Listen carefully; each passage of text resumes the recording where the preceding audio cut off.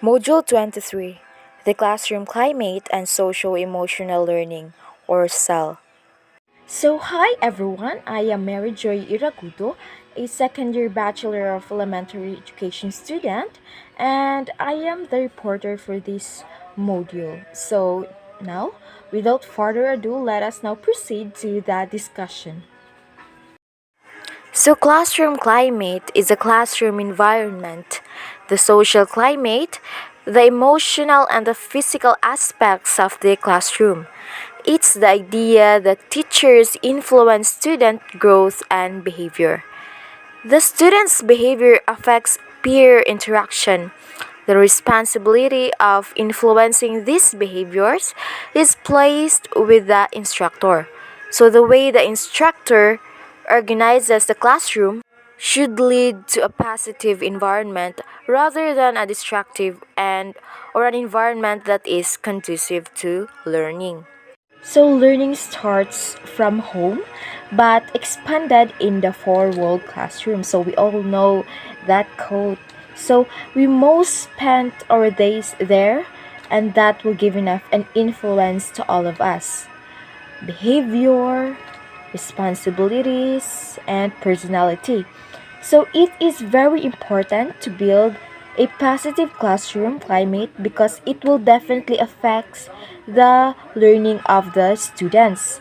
So teachers must also possess a good trait that will comfort to the students. That will give comfort to the students. So teachers should learn to guide their students and not to alienate them. But how can we achieve that classroom? How can we achieve a positive classroom that will give a better learning system for the students? So, how can we achieve a positive classroom climate? Positive classroom climate. Develop and reinforce classroom rules and norms that clearly support safe and respectful behavior. Having classroom rules helps you create a predictable, safe learning environment for your students. Rules give your students clear boundaries and opportunities to practice self regulation and make good choices. So, when students feel safe and respected, both emotionally and physically, they are able to focus better on learning. So, promote positive peer relationships. So, you want to create an environment where your students support and are kind to one another. So, here are some ways you can do. So, positivity comes from our fairness. So, as a teacher, we must impose fairness to all of our students. We should be the role models in attaining good manners. We should not be biased. Hence, let's focus more on importing the knowledge and having an environment where happiness and learning should be prioritized. So here are some ways we can do. So number one, notice and reinforce casual positive interactions between students on a daily basis. So deliberately plan relationship building activities and games that encourage positive interactions. So these can be long-term projects or short and simple games designed for students to get to know each other. So let's observe every behavior or the behaviors of our student and try to understand them on what they are up to. Also, to help build a strong camaraderie and a relationship between our students, we can also add some activities that will strengthen the bond and togetherness of everyone. So, simple games or any act that we can create to relieve everyone at the same time have fun. So, through these simple activities, it will deeply help every students to connect with each other and to have a good chemistry towards the school year or towards the day, um, the whole classroom alone. So next would be nurture positive relationships with all students. You need to let your students know that you not only care about their progress in the classroom, you also care about them as human beings. So some ways you can do this are greet your students by name every time they walk in the door. This lets them know that you noticed and care that they are there. Use warm, inclusive behaviors with your face, body, and words each day. Smile. Ask, how are you feeling? Like questions like that. Look at your students, notice, and reinforce their positive behaviors with encouraging words. So let's expand our responsibilities since we're also considered as the second mothers of our students. So let's try to engage more on them and be like their own mother. So I remembered every time my teacher calls me or she she's like, oh hey, Mary Joy, Nana. I felt very happy at the same time. I felt very appreciated knowing that she knows me, and that alone makes me feel motivated. And I felt like, oh, teacher. So though it's a very small gesture of our teachers, but it really means a lot. It gave motivation and inspiration to keep striving. So let us all continue to appreciate every single children we have in our classroom and make them feel that they are loved and they are cherished by their beloved teachers. Through that gestures I told you a while ago, we can create a positive classroom climate, and that's the most important thing there. We must create that atmosphere since we are here to impart knowledge, so it is very important to be in a room where positivity is prioritized. So next would be ask your students personal questions that will help you get to know them and what's happening in their lives outside of school. So questions like, how was your soccer game last night? Is your grandma feeling better? So notice changes in students' physical and emotional behaviors. Changes may indicate a student is in need of additional emotional support. So provide or find support for that student as needed. Spend and keep track of individual time with each one of your students over a set duration. So students have different experiences at home. We do not know what they're going through, and maybe they're asking for help and somebody who can listen to their problems. So as their teachers, as their second mothers, we are responsible to interact with them, to talk to them, to comfort them. Aside from teaching, we are also set to be their advisor. And if we're going to make that act, or through doing that simple act, we can slowly gain the trust of the children. They will not fear you anymore. They will not see you as a strict and an approachable teacher.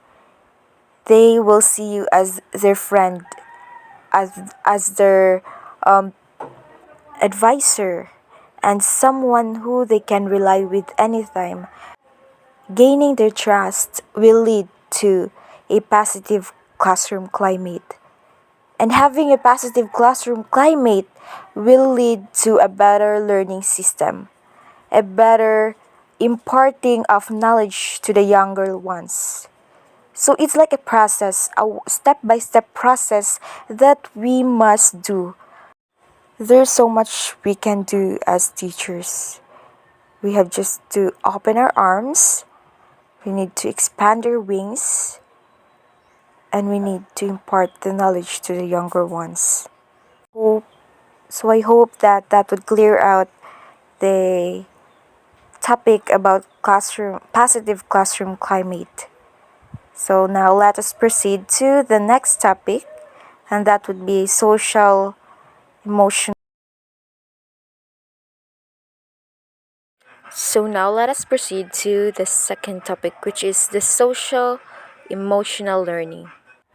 Social emotional learning, or SEL, is a process of developing the self awareness, self control, and interpersonal skills that are vital for school, work, and life success.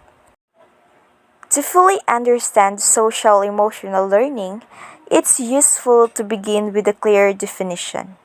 So, SEL, or the social emotional learning, is a vital framework through which people of all ages acquire skills in working towards their own unique goals, comprehending and managing their emotions, nurturing positive relationships, making informed choices, and feeling and exhibiting empathy.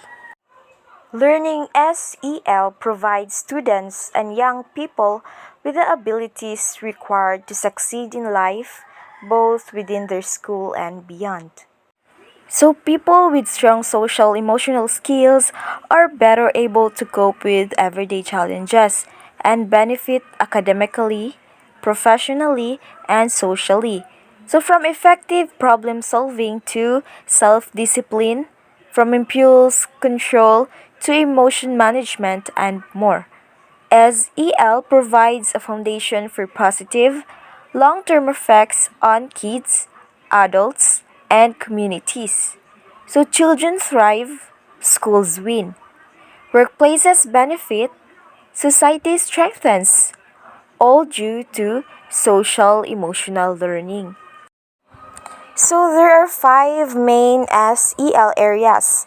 So these are So the first one is self-awareness, second is self-management, third social awareness, fourth relationship skills, and lastly responsible decision making.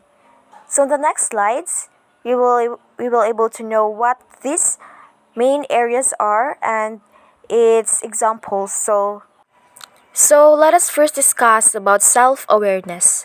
Maintaining a level of self-awareness is a cornerstone of social emotional learning, allowing students to access a greater understanding of how positive actions lead to an improved self-image. So, self-awareness is just the ability to see yourself clearly and objectively through reflection and introspection. So it's like you have the ability to tune in to your feelings, thoughts, and actions. So being self-aware also means being able to recognize how other people see you. So people who are self-aware recognize their strengths and their challenges. So, also, when people are self aware, they understand their strengths and challenges and know what helps them thrive. They also understand that how they see themselves may be different from how others see them. So, people with strong self awareness skills can recognize their strengths and challenges. They can understand and talk about their needs and feelings. They can recognize others people's needs and feelings, see how their behavior affects others, develop a growth mindset and learn from their mistakes. When people understand themselves better, it's easier for them to build positive self-esteem. That's especially important for people who learn and think differently and who struggle with certain skills and tasks. So, an example of self awareness is your ability to distinguish your own beliefs from others. You can step back and ask yourself, am I being true to myself at this moment? I spent much of my life feeling like I needed to fit in into feminine norms. So the second area is the self-management. So as social emotional skills grow, children and young adults begin to understand the importance of self-management, especially as it pertains to intrinsic motivation, emotional management, and setting personal goals. So, self management, which is also referred to as self control or self regulation, it is the ability to regulate one's emotions, thoughts, and behaviors effectively in different situations. So, this includes like managing stress, delaying gratification, motivating oneself, and setting and working towards personal and academic goals. So, students with strong self management skills arrive to class prepared, pay attention, follow directions, allow others to speak without interruption, and work independently with focus. Self control in children as young as age 5 can predict important life outcomes such as high school completion, physical health, income, single parenthood, substance dependence, and criminal involvement. So, an example of self management are skills as problem solving, resisting stress, communicating clearly, managing time, strengthening memory, and exercising often are all key examples of self management skills. So, next area is the social awareness. So, centering around the golden rule of treating others as you would like to be treated, social emotional learning encourages social awareness on both an individual level with personal relationships and on a broader scope with regards to diverse perspectives. So, example of social awareness or recognizing strengths in others, identifying diverse social norms, including unjust ones, recognizing situational demands and opportunities, caring about and being motivated to contribute to the well being of one's family, friends, school, community, the environment, and the greater good. So, next is the relationship skills.